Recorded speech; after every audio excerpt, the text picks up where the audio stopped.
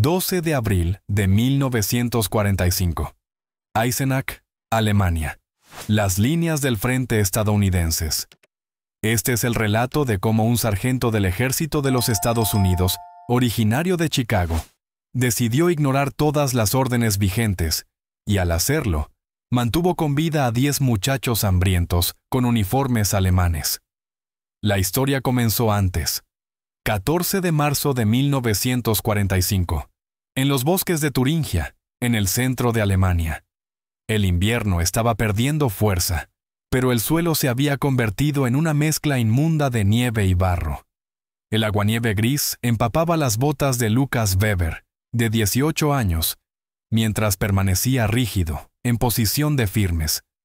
Frente a él estaba el mayor Hans Vogel. La cruz de hierro en su pecho atrapaba la poca luz disponible. Su uniforme estaba limpio, plancheado, perfecto. Sus ojos no. Había algo ardiendo detrás de ellos, algo que Lucas más tarde comprendería como locura envuelta en convicción. «Mantendrán esta posición», dijo Vogel. Su aliento se elevó en nubes blancas. «Cada metro cuenta. Cada hora que retrasen al enemigo le da al Reich un día más».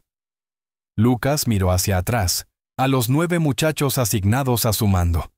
Muchachos era la palabra correcta. El más joven, Friedrich Becker, había cumplido 16 años apenas 3 días antes.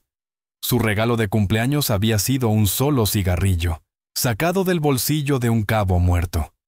Permanecían erguidos, con los hombros tensos, fingiendo ser soldados. Los pesados abrigos de lana colgaban sueltos sobre cuerpos que aún no habían terminado de crecer. Los huesos sobresalían donde debería haber músculo. «Señor», dijo Lucas con cuidado, «el carro de suministros debe llegar mañana». Vogel no le permitió terminar.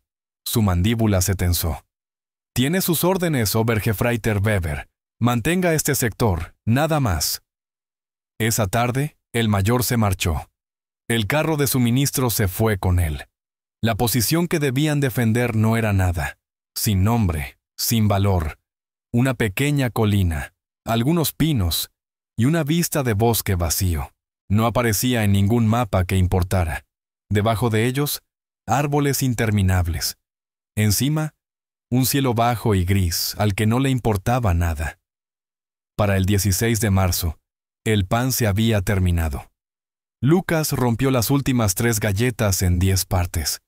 Cada muchacho recibió un fragmento no más grande que una uña. Klaus Hoffmann, de 17 años, observó su trozo durante casi un minuto antes de comerlo. Masticó despacio, forzándolo a durar, tragando con esfuerzo. «¿Cuándo crees que llegarán?», preguntó Friedrich en voz baja. Estaba sentado contra un árbol, con el fusil sobre las rodillas. El arma era casi más alta que él. Los estadounidenses, o los suministros. Lucas no respondió. Ya conocía la respuesta. La había sabido desde el momento en que el carro de Vogel desapareció por el camino del bosque, dejando atrás solo humo. Y certeza. Para el 21 de marzo, el hambre había arrancado toda apariencia. Raspaban la corteza de los pinos, buscando la capa interior más blanda. No sabía a nada, pero llenaba la boca. Masticaban hasta que les dolía la mandíbula. Sus cuerpos aprendieron a aceptar cualquier cosa. Sus mentes aprendieron a dejar de pedir más. Derretían nieve en los cascos. El agua sabía a metal y a miedo. Lucas tomó su decisión el 23 de marzo. Antes del amanecer, reunió a los 9 muchachos. Sus rostros habían cambiado. Pómulos afilados, ojos hundidos, la piel pegada al hueso. «Nos vamos», dijo. Nadie discutió. Habían dejado atrás la ideología, la obediencia, todo, excepto el instinto de seguir con vida. Primero soltaron la munición. Las balas golpearon el suelo helado. Cada sonido se sentía como una traición. Y también como alivio. Luego las granadas. Luego todo lo que los pesaba. Conservaron los fusiles. Los soldados conservan sus fusiles. Alguna parte de ellos aún lo recordaba. Caminaron hacia el oeste, hacia los estadounidenses, hacia la comida, hacia una misericordia que les habían dicho que no existía. La marcha duró 22 días. Años después, los historiadores la llamarían la Marcha Fantasma. Lucas siempre la recordaría como la Marcha de las Sombras. Avanzaron por bosques intactos, lugares donde la guerra existía solo como hambre que roía desde dentro. Para el quinto día, Friedrich ya no podía mantenerse erguido. Cada 20 pasos tenía que detenerse a respirar. Klaus lo sostenía del brazo, mitad cargándolo, mitad arrastrándolo hacia adelante. Para el 10º día, dejaron de contar el tiempo. Los días ya no importaban, solo el espacio entre un paso y el siguiente. Arrancaban raíces del suelo medio congelado con los dedos sangrando. Eran duras, sin sabor, pero llenaban la boca. Se decían a sí mismos que estaban comiendo. 3 de abril. Lucas se arrodilló junto a un arroyo. En el agua vio a alguien que no reconoció. Ojos vacíos, mejillas hundidas, piel gris como ceniza. Se tocó el rostro y sintió hueso afilado bajo los dedos. El extraño en el agua hizo lo mismo. ¿Cuándo había ocurrido? ¿Cuándo habían dejado de ser muchachos? Se volvió hacia el grupo. 7 aún estaban de pie. 2 yacían en el suelo, incapaces de levantarse.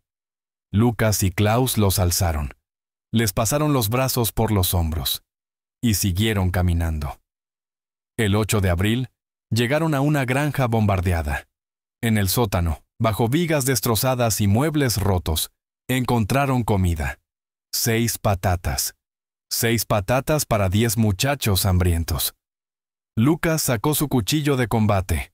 Cortó cada patata en 10 partes. Cada muchacho recibió 6 pequeños cubos de patata cruda. Friedrich comió sus trozos de patata uno por uno, espaciándolos durante casi una hora.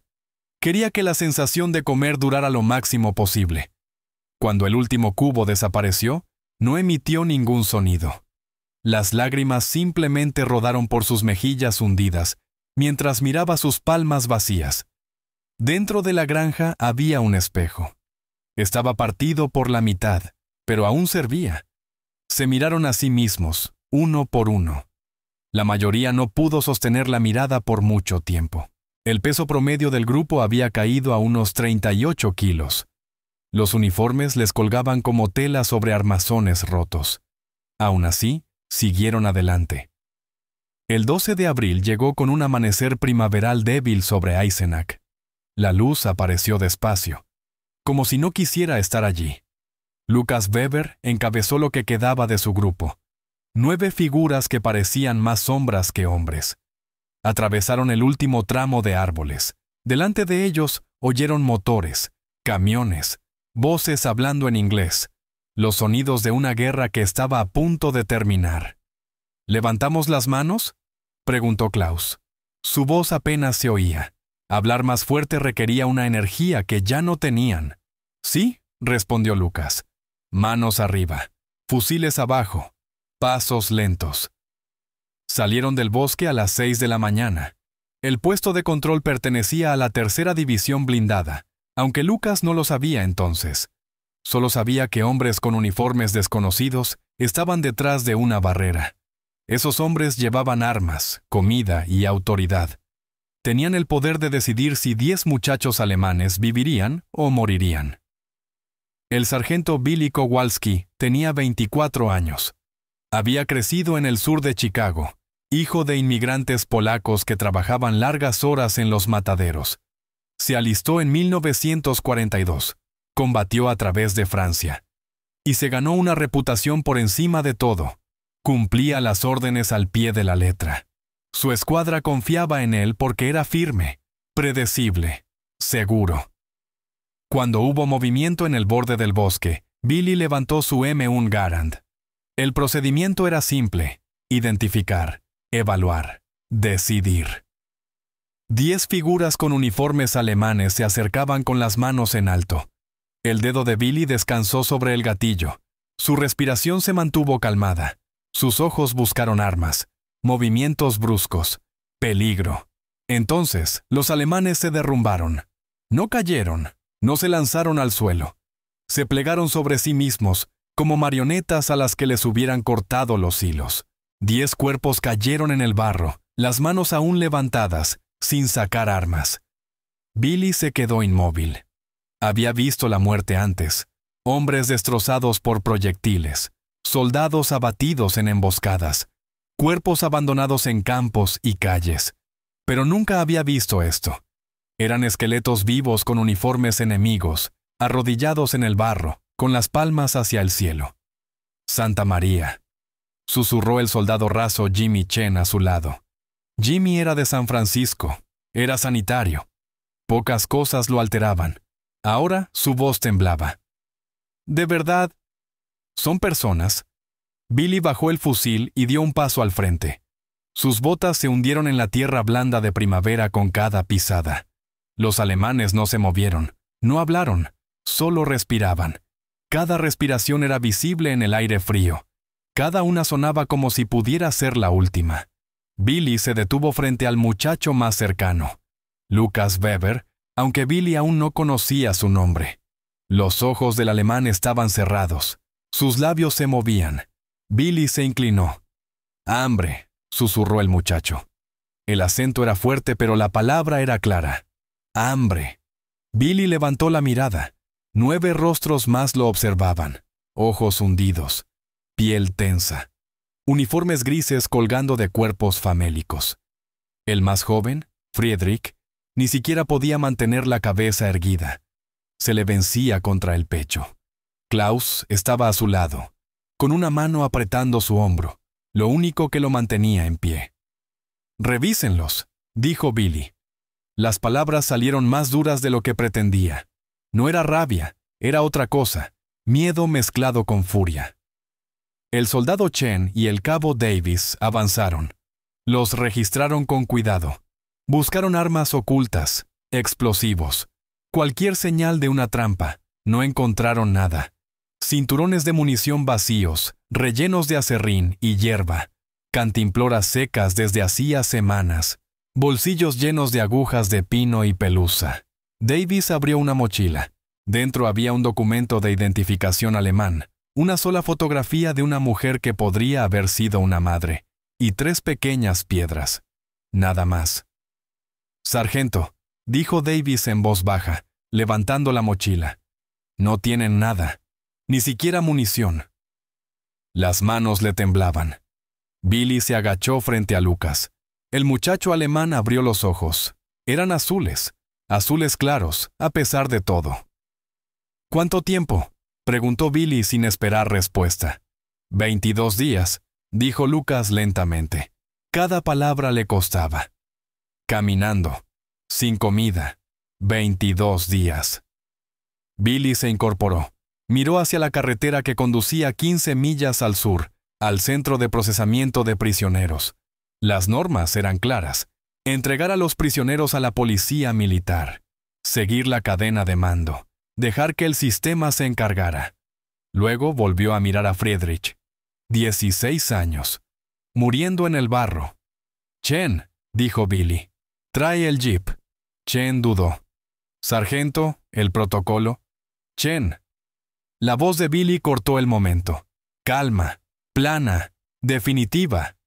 «Estos chicos tienen horas, tal vez menos. ¿Quieres quedarte aquí mirando cómo mueren 10 niños mientras el papeleo se pone al día?» Chen no volvió a discutir. Salió corriendo hacia el jeep. El puesto de socorro estaba a 2 millas, instalado en una escuela alemana requisada. El capitán Mark Miller estaba al mando del puesto de socorro. Lo dirigía con calma eficiente y sin paciencia para el papeleo que se interponía entre él y salvar vidas. Tenía 36 años. Era de Boston. Había visto suficiente de la guerra como para saber que, cuando el tiempo se acaba, las reglas importan menos que las personas. El jeep de Billy llegó a las 6:45 de la mañana. Los 10 alemanes iban cargados dentro, junto con un pequeño remolque enganchado detrás. Yacían apilados, demasiado débiles para sentarse, entrando y saliendo de la conciencia como hombres que ya estaban a medio camino de irse. Miller salió al exterior, secándose las manos con una toalla. Cuando vio los uniformes grises, apretó la mandíbula. «Kowalski, ¿qué demonios es esto?», empezó a decir. «Solo mire», lo interrumpió Billy. Retiró la lona que cubría el remolque. Miller miró. El color se le fue del rostro. Luego regresó. Luego se transformó en algo que Billy no supo nombrar. «Métanlos dentro», ordenó Miller. Su voz era fría, firme. «Ahora, a todos». Se giró y gritó hacia el edificio de la escuela.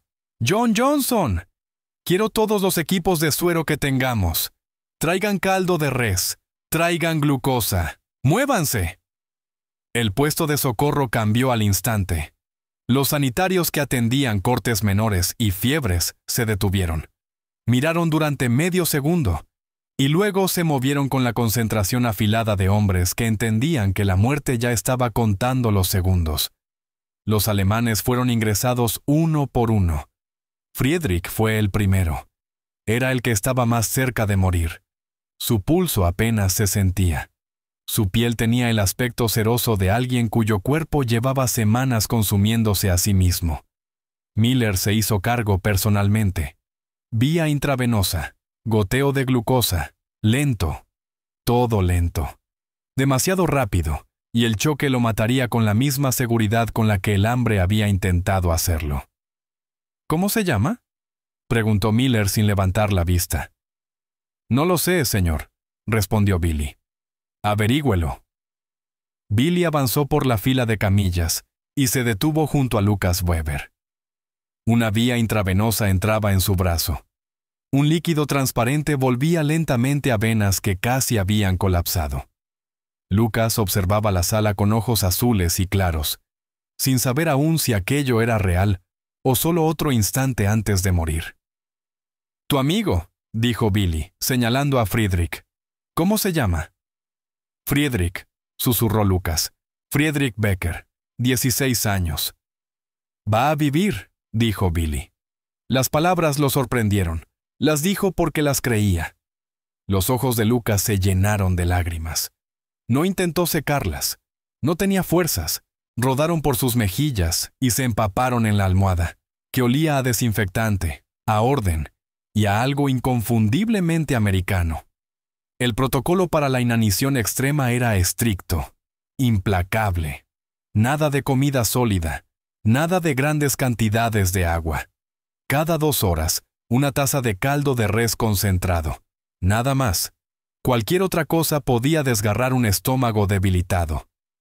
El soldado raso Tommy Morrison tomó el primer turno. Tenía 20 años. Había crecido en una granja de Iowa. Se sentó junto a la camilla de Friedrich con un termo de caldo y una cuchara. Cada 2 horas, despertaba al muchacho alemán y lo alimentaba. Una cucharada. Pausa. Otra cucharada. Pausa. Las manos de Friedrich temblaban demasiado para sostener la taza. Tommy la sostenía por él, inclinándola con cuidado hacia sus labios, observando cada trago como un hombre desactivando una bomba. «Despacio», decía Tommy en voz baja. «Tranquilo. Tenemos tiempo». Friedrich lo miraba, intentando comprender. Soldado estadounidense, enemigo, bondad. Su mente no podía unir las 3 cosas a la vez. Al tercer día, Friedrich pudo sentarse. Al quinto día, pudo sostener la taza por sí mismo, aunque sus manos aún temblaban. Al séptimo día, sonrió cuando Tommy llegó con el caldo. Era una sonrisa pequeña, cautelosa, como la de alguien que está reaprendiendo una habilidad olvidada. Los otros muchachos siguieron el mismo camino lento de regreso. Pasos cuidadosos hacia adelante, sin prisas, sin atajos. El capitán Miller los vigilaba constantemente, comprobaba constantes vitales, ajustaba los goteos, buscaba signos del síndrome de realimentación, la reacción mortal que podía aparecer incluso mientras un cuerpo famélico era salvado. Lucas Weber fue el primero en hablar con frases completas.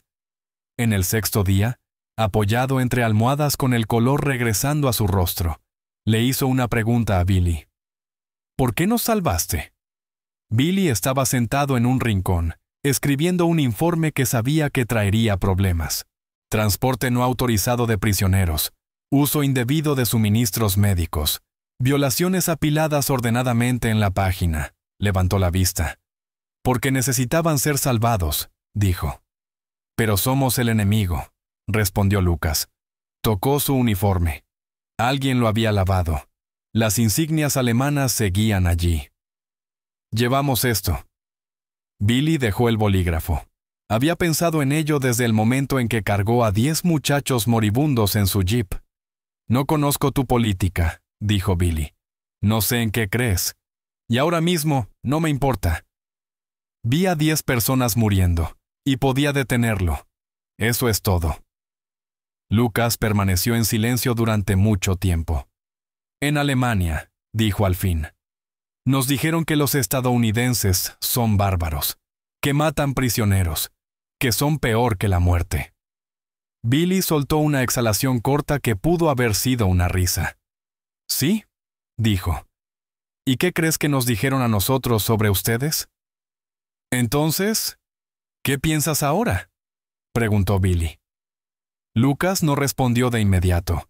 En lugar de eso, observó el puesto de socorro. Vio al capitán Miller inclinado sobre Klaus Hoffmann, comprobándole el pulso con concentración silenciosa. Vio a Tommy Morrison alimentar con paciencia a Friedrich, del mismo modo en que un padre alimenta a un hijo enfermo en mitad de la noche. Vio a soldados estadounidenses apretarse en sus propias camillas para que los heridos enemigos pudieran acostarse. Creo, dijo Lucas por fin, eligiendo cada palabra con cuidado, que nos mintieron sobre muchas cosas. Al 9º día, algo cambió. Billy nunca supo quién empezó.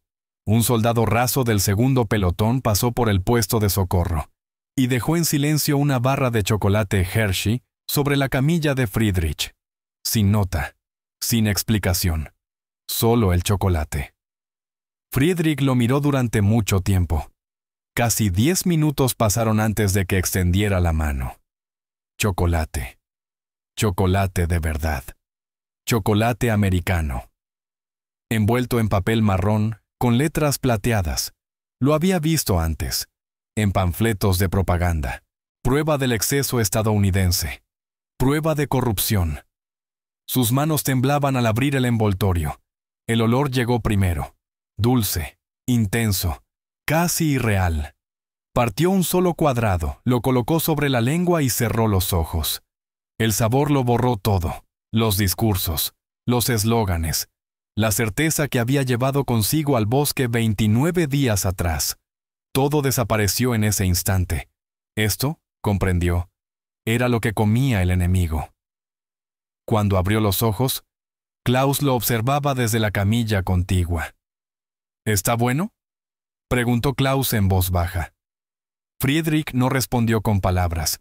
Partió otro cuadrado y se lo dio a Klaus. Luego otro a Lucas. Luego uno más a cada uno de los muchachos que habían marchado juntos a través del hambre. Se sentaron en silencio, compartiendo chocolate, entendiendo algo que nunca les habían enseñado. Empezaban a ver por qué habían luchado, contra qué habían luchado, y cuán profundamente habían malentendido ambas cosas. Al 10º día, la bondad dejó de gotear y empezó a desbordarse. Soldados estadounidenses aparecieron con regalos. Más barras de chocolate, cigarrillos, galletas de ración naval, barajas de cartas. Un soldado raso llevó una pelota de béisbol e intentó explicar las reglas usando gestos exagerados. Friedrich rió. Rió de verdad. Por primera vez en semanas.